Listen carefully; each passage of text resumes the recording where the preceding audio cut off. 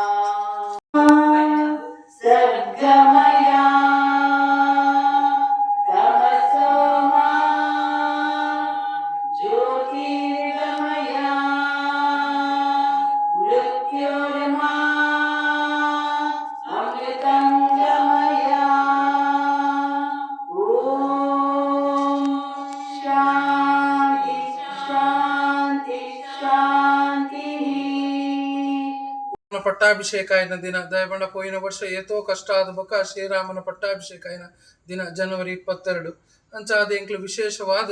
ರಾಜೇಶ್ವರ ಅಪಗಲ ಪೋಯಿನ ವರ್ಷಲ ಬತ್ತ ಸನ್ನಿಧಾನಡ ಆ ವಾನರೆಗು ಮಾತ ಫಲವಸ್ತುಲು ಮಾತ ಪಾಡ್ದೇರು ಅಂಚ ಈ ವರ್ಷಲ